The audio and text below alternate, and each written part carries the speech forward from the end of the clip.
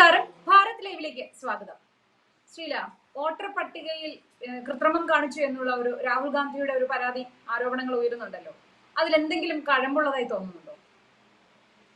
സത്യത്തിൽ ഈ രാഹുൽ ഗാന്ധിയുടെ ആരോപണത്തിൽ കഴമ്പുണ്ടോ എന്ന് ചോദിക്കുന്നത് തന്നെ നമുക്ക് നാണക്കേട് തോന്നും. കാരണം കഴിഞ്ഞ കുറെ നാളുകളായി ഒരു പ്രതിപക്ഷ നേതാവ് എന്ന രീതിയിൽ ലോകത്തെ ഏറ്റവും വലിയ പരാജയമായിരിക്കുന്ന ഒരാളാണ് രാഹുൽ ഗാന്ധി എന്ന് പറയേണ്ടിയിരിക്കുന്നു. ഒരുപാട് ആരോപണങ്ങൾ ഇങ്ങനെ ഉന്നയിച്ച ശേഷം ഒന്നിനും തെളിവ് കൊടുക്കുകയോ അല്ലെങ്കിൽ അങ്ങനെ ഒരു കാര്യം ഉള്ളതായി പോലും ഭാവിക്കുകയോ ചെയ്യാതെ ഇങ്ങനെ കാറ്റിൽ പറത്തി ആരോപണങ്ങൾ കാറ്റിൽ പറത്തി അങ്ങ് പോകുന്ന ഒരാളാണ് രാഹുൽ ഗാന്ധി. കഴിഞ്ഞ കാലഘട്ടങ്ങളിലെല്ലാം അത് രാഹുൽ ഗാന്ധി തെളിയിച്ചിട്ടുമുണ്ട്.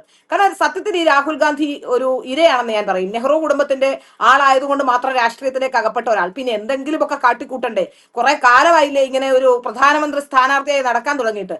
അപ്പൊ എന്തെങ്കിലുമൊക്കെ ഒരു ഗിമ്മിക്ക് കാട്ടി പിടിച്ചു നിൽക്കാനുള്ള ശ്രമമാണ് നടത്തുന്നതെന്ന് മനസ്സിലാക്കാൻ സാധിക്കുന്നു. ഏതായാലും ആജീവനാന്തം ഒരു പ്രതിപക്ഷ നേതാവോ അല്ലെങ്കിൽ ഒരുപക്ഷെ ആജീവനാന്തം ഒരു പ്രധാനമന്ത്രി സ്ഥാനാർത്ഥിയായി ഇരിക്കാനുള്ള യോഗ്യത മാത്രമേ അദ്ദേഹത്തിനുള്ളൂ എന്ന് നമുക്ക് മനസ്സിലാക്കാൻ സാധിക്കുന്നു. അതിന് ഇനി ഇന്ത്യ സഖ്യം ഉണ്ടാക്കിയാലും എന്ത് സഖ്യം ഉണ്ടാക്കിയാലും അതിനപ്പുറത്തേക്ക് പോകാൻ അദ്ദേഹത്തിന് കഴിയില്ല. അദ്ദേഹത്തിന്റെ ടേസ്റ്റും അദ്ദേഹത്തിന്റെ താല്പര്യങ്ങളും ഒക്കെ വേറെയാണ്. ആ താല്പര്യങ്ങളൊന്നും അത്തരത്തിലുള്ള താല്പര്യങ്ങളൊന്നും പെടാതെ രാഷ്ട്രീയത്തിലേക്ക് പെട്ടെന്ന് എത്തപ്പെട്ടു പോയ ഒരാൾ, ഒരു കുടുംബത്തിന്റെ മാത്രം ഒരു കുടുംബമാണ് എന്നുള്ളത് കൊണ്ട് മാത്രം, ഒരു രാഷ്ട്രീയ കുടുംബത്തിന്റെ അല്ലെങ്കിൽ പ്രധാനമന്ത്രിയുടെ കൊച്ചുമകനാണ് എന്നുള്ളത് കൊണ്ട് മാത്രം രാഷ്ട്രീയത്തിലേക്ക് വരേണ്ടി വന്ന ഒരാൾ. ശ്രീല, ഇപ്പോ അച്ഛനും മുത്തശ്ശനും ഒക്കെ പ്രധാനമന്ത്രിമാരായിരുന്നു എന്നതല്ല മുഖ്യം. അച്ഛനെയും മുത്തശ്ശിയും എല്ലാം രാജ്യത്തിന് വേണ്ടി ബലി കഴിച്ചവരാണവർ. അത് കാണാതെ പോകരുത്. അതാരും കുറച്ച് കാണുന്നില്ലല്ലോ.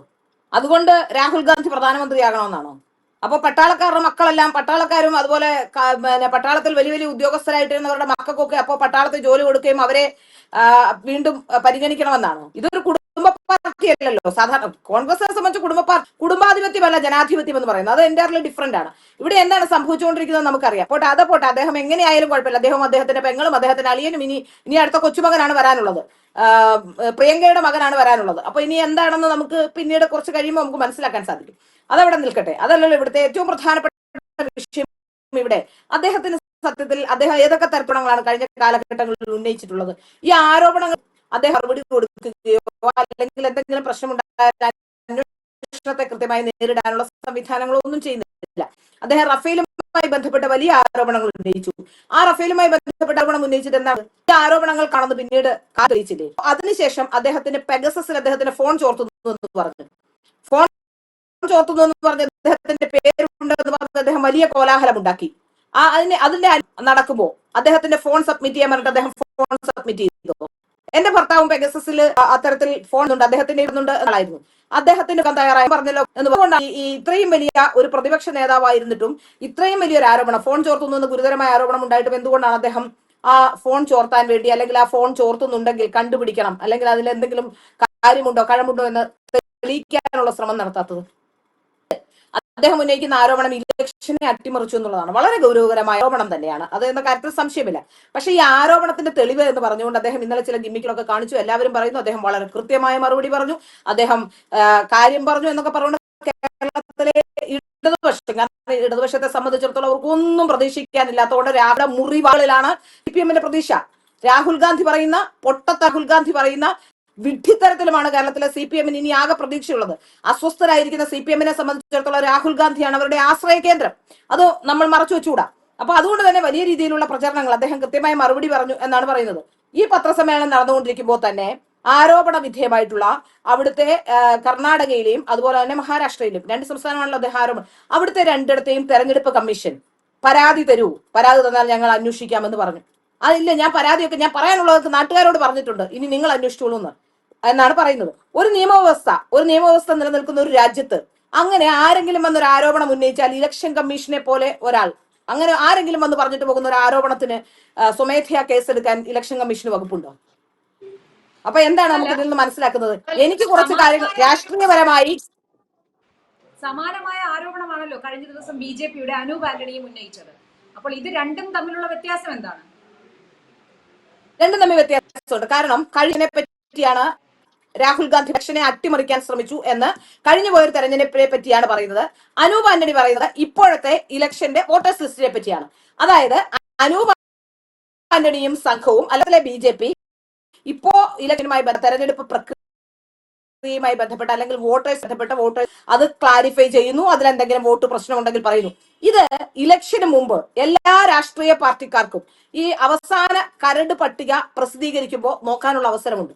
എന്തുകൊണ്ടാണ് ഇത്രയും കാലം അത് നോക്കാതിരുന്നത്? കഴിഞ്ഞ ഒരു വർഷമായി, ഒരു വർഷത്തിലേറെയായി ഇത് താൻ ചെക്ക് ചെയ്തുകൊണ്ടിരിക്കുകയായിരുന്നു എന്നാണ് പറയുന്നത്. സാധാരണഗതിയിൽ അങ്ങനെയാണോ ചെക്ക് ചെയ്യുന്നത്? ഇലക്ഷന്റെ പ്രൊസീജിയർ നടക്കുമ്പോൾ അല്ലെ ഇലക്ഷന്റെ അന്തിമ വോട്ടർ പട്ടിക പ്രസിദ്ധീകരിക്കുമ്പോൾ അത് ക്രോസ് ചെക്ക് ചെയ്യുന്നത് അവിടുത്തെ പ്രവർത്തകരാണ്. അവിടുത്തെ പ്രവർത്തകർ ക്രോസ് ചെക്ക് ചെയ്തിട്ടുണ്ട്, അതിന് എന്തെങ്കിലും അബ്നോർമാലിറ്റീസ് ഉണ്ടെങ്കിൽ കണ്ടെത്തുക എന്നുള്ളതാണ്. അപ്പോൾ ഇലക്ഷൻ കമ്മീഷനോട് പറയുക എന്നുള്ളതാണ്. ഇത് അതൊന്നുമില്ലാതെ ഒരു ആരോപണം ഉന്നയിക്കുന്നു. കഴിഞ്ഞ ഒരു വർഷമായി താൻ പഠിച്ചുകൊണ്ടിരിക്കുകയാണെന്ന് പറയുന്നു. ഈ ആരോപണങ്ങൾ ബേസ്ലെസ് ആണെന്ന കാര്യത്തിൽ ഒരു സംശയമില്ല. ഇനി അഥവാ ബേസ്ലെസ് അല്ലെങ്കിൽ അദ്ദേഹം കോടതിയിൽ തെളിയിക്കട്ടെ, അദ്ദേഹം പരാതി കൊടുക്കട്ടെ. ഇലക്ഷൻ കമ്മീഷൻ കൃത്യമായി പറയുന്നുണ്ട് അവരുടെ നടപടിക്രമം അനുസരിച്ച് അവർക്ക് പരാതി കൊടുക്കട്ടെ. അത് അല്പം പേടിയുള്ള കാര്യമാണ്. കാരണം ഇലക്ഷൻ കമ്മീഷൻ ഇത് കള്ളമാണെന്ന് തെളിഞ്ഞാൽ നിയമ നടപടിയും അയോഗ്യതയും ഒക്കെ നേരിടേണ്ടി വരുന്ന പ്രശ്നമാണെന്ന് അദ്ദേഹത്തിന് വ്യക്തമായി അറിയാം. കാരണം ഒരു രാജ്യത്തെ ജനാധിപത്യ പ്രക്രിയയെ അട്ടിമറിക്കാനുള്ള ഒരു ശ്രമത്തിന്റെ ഭാഗം എന്ന രീതിയിൽ തന്നെ ഇതിനെ കാൽക്കുലേറ്റ് ചെയ്യാൻ കഴിയുകയുള്ളൂ. കാരണം ഏറ്റവും യോഗ്യമായ ഒരു ബോഡിയെ അതിനെ ഇകഴ്ത്തി കാണിക്കുക, രാജ്യത്തെയും അപകടത്തിലാണ്, നമ്മുടെ രാജ്യത്തെ പറ്റി മറ്റൊരു രാജ്യത്ത് പോയി വൃത്തികെട്ട രീതിയിൽ സംസാരിക്കുക, രാജ്യത്തെ ഇകഴ്ത്തി കാണിക്കാനുള്ള ശ്രമങ്ങൾ കാണിക്കുക, ഇതൊക്കെ രാഹുൽ ഗാന്ധി മുമ്പും ചെയ്തിട്ടുണ്ട്. അതുപോലെ തന്നെ രാജ്യത്തെ തെരഞ്ഞെടുപ്പ് പ്രക്രിയയെ അട്ടിമറിക്കാനുള്ള ചില ശ്രമങ്ങളുടെ ഭാഗമാണോ ഇത്തരത്തിലുള്ള ഇപ്പോഴത്തെ ആരോപണം എന്ന് സംശയിക്കേണ്ടിയിരിക്കുന്നു. അതാണ് നമുക്ക് മനസ്സിലാക്കാൻ സാധിക്കുന്നത്. അല്ലെങ്കിൽ അദ്ദേഹം തെളിവുമായി വരണമെന്നേ. അദ്ദേഹം തന്നെ ഇത്രയും കെട്ടുകൊണ്ട് വെച്ചിട്ട് ഞാൻ ഇതെല്ലാം റെഫർ ചെയ്തു എന്ന് പറഞ്ഞിട്ട് ഒരു പവർ പോയിന്റ് പ്രസന്റേഷൻ നടത്തിയോണ്ടോ കാര്യമില്ലല്ലോ. എന്താണെന്ന് കൃത്യമായി തെളിവ് കോടതിക്ക് നൽകണം. ജനങ്ങൾക്ക് ഏതെങ്കിലും രീതിയിൽ ബുദ്ധിമുട്ടുണ്ടാക്കുന്ന അല്ലെങ്കിൽ ജനങ്ങളുടെ ഇടയിൽ ചർച്ച ചെയ്യാൻ ഒരു രാഷ്ട്രീയ ആരോപണം, ആ രാഷ്ട്രീയ ആരോപണം ഉന്നയിച്ചിട്ട് അതിലൊരു തെളിവും കൊടുക്കാതെ പോവുക എന്നുള്ളത് ശരിയായ നടപടിയല്ല. അദ്ദേഹത്തിന് കൃത്യമായ കാര്യമുണ്ടെങ്കിൽ, അദ്ദേഹത്തിന് കൃത്യമായ തെളിവുണ്ടെങ്കിൽ എന്തുകൊണ്ടാണ് കോടതിയിൽ പോകാൻ പേടിക്കുന്നത്? കോടതിയിൽ പോകണം. ഇപ്പൊ ബി.ജെ.പിക്ക് വേണ്ടി അനൂപ് ആന്റണിയും ഇതൊരു മാധ്യമങ്ങൾക്ക് മുന്നിലല്ലേ അവതരിപ്പിച്ചത്. അപ്പൊ ബി.ജെ.പി ഇത് കോടതിയിൽ പോകാൻ തീരുമാനിച്ചിട്ടുണ്ടോ? തീർച്ചയായും അതെ, ബി.ജെ.പി കോടതിയിൽ പോകും. ഇപ്പോ കെ സുരേന്ദ്രന്റെ മഞ്ചേശ്വരത്തെ തെരഞ്ഞെടുപ്പുമായി ബന്ധപ്പെട്ട സമയത്ത് 89 വോട്ടായിരുന്നു അന്ന് ആ തെരഞ്ഞെടുപ്പെട്ട് ഉണ്ടായിരുന്ന പ്രശ്നം. പിന്നീട് ആ സ്ഥാനാർത്ഥി മരിച്ചു പോവുകയും അവിടെ ജയിച്ച ആൾ മരിച്ചു പോവുകയൊക്കെ ചെയ്തു. പിന്നീട് വീണ്ടും തെരഞ്ഞെടുപ്പ് വരുന്ന സമയമൊക്കെ ഉണ്ട്. പക്ഷെ ആ സമയത്ത് കോടതിയെ സമീപിക്കുകയാണ് ചെയ്തത്. ആദ്യം വാർത്താ മാധ്യമങ്ങളോട് പറഞ്ഞ ശേഷം കോടതിയെ സമീപിക്കുകയായിരുന്നു ചെയ്തത്. നിയമപരമായി അദ്ദേഹം ചെയ്യട്ടെ. വാർത്താ മാധ്യമങ്ങൾക്ക് മുന്നിൽ പറഞ്ഞു, ശരി, എല്ലാ ആൾക്കാരെയും നമുക്കിത് ബോധ്യപ്പെടുത്താൻ കഴിയില്ല, നിയമം പറഞ്ഞെങ്കിൽ മാത്രമേ ഇത് തെറ്റും ശരിയും നമുക്ക് മനസ്സിലാക്കാൻ കഴിയുള്ളൂ. കോടതിയിലേക്ക് പോകട്ടെ രാഹുൽ ഗാന്ധിയുടെ കൃത്യമായ രീതിയിൽ ഇലക്ഷൻ കമ്മീഷൻ ആ സെക്കൻഡിൽ തന്നെ അതിന് വിശദീകരണം ചോദിച്ചപ്പോൾ പറഞ്ഞ ഞാൻ എല്ലാം ഇവിടെ ഇട്ടിട്ടുണ്ട്, ഞാൻ എല്ലാം ആകാശത്തേക്ക് പറത്തി വിട്ടിട്ടുണ്ട്, ആകാശത്തൊന്ന് പിടിച്ചോളൂ എന്നാണ് പറയുന്നത്. അത്തരത്തിലാണോ ഒരു രാഷ്ട്രീയ നേതാവ്, ഉത്തരവാദിത്തപ്പെട്ട സ്ഥാനത്തിരിക്കുന്ന ഒരു രാഷ്ട്രീയ നേതാവ് അങ്ങനെയാണോ സംസാരിക്കേണ്ടത്? അദ്ദേഹം തെരഞ്ഞെടുപ്പ് പ്രക്രിയയുമായി ബന്ധപ്പെട്ട് എന്തെങ്കിലും ആക്ഷേപമുണ്ടെങ്കിൽ, അത്തരത്തിൽ വോട്ടർ പട്ടികയുമായി ബന്ധപ്പെട്ട് കൂടുതൽ വോട്ട് ചേർത്തിട്ടുണ്ടെങ്കിൽ, കൂടുതൽ ആൾക്കാരെ പല സ്ഥലങ്ങളിൽ ചേർത്തിട്ടുണ്ടെങ്കിൽ അദ്ദേഹം തീർച്ചയായും തെരഞ്ഞെടുപ്പിന് പോകണം. ഇത് കേട്ട പാടെ തൃശ്ശൂരിൽ നിന്ന് ഉടനെ തന്നെ സുനിൽ ചാടി വന്നു. കാരണം സുനിലിനെ സംബന്ധിച്ചിടത്തോളം കഴിഞ്ഞ പ്രാവശ്യം സുരേഷ് ഗോപി ജയിച്ചത് വലിയ തിരിച്ചടിയായിരിക്കുകയാണ്. അപ്പോൾ ഉടനെ തന്നെ ചാടി വന്ന് രാഹുൽ ഗാന്ധി പറഞ്ഞത് തൃശ്ശൂരിലും ഉണ്ടായിട്ടുണ്ട് എന്ന് പറഞ്ഞുകൊണ്ട് വന്നു. ഏതായാലും രാഹുൽ ഗാന്ധിയാണ് ഇവരുടെ ആശ്രയ കേന്ദ്രം എന്നുള്ളത് നമുക്ക് വ്യക്തമാകുന്നുണ്ട്. ഏതായാലും ആർക്കൊക്കെ പരാതി ഉണ്ടെങ്കിൽ ഞാൻ കാര്യം ചോദിക്കട്ടെ, എന്താണ് സുനിൽകുമാറിന് ഒരു പരാതി ഇവിടുത്തെ ഇലക്ഷൻ കമ്മീഷന് കൊടുത്താൽ? അങ്ങനെ ഒരു പരാതി ഉണ്ടെങ്കിൽ കൊടുക്കണമെന്നേ, തീർച്ചയായും കൊടുക്കണം.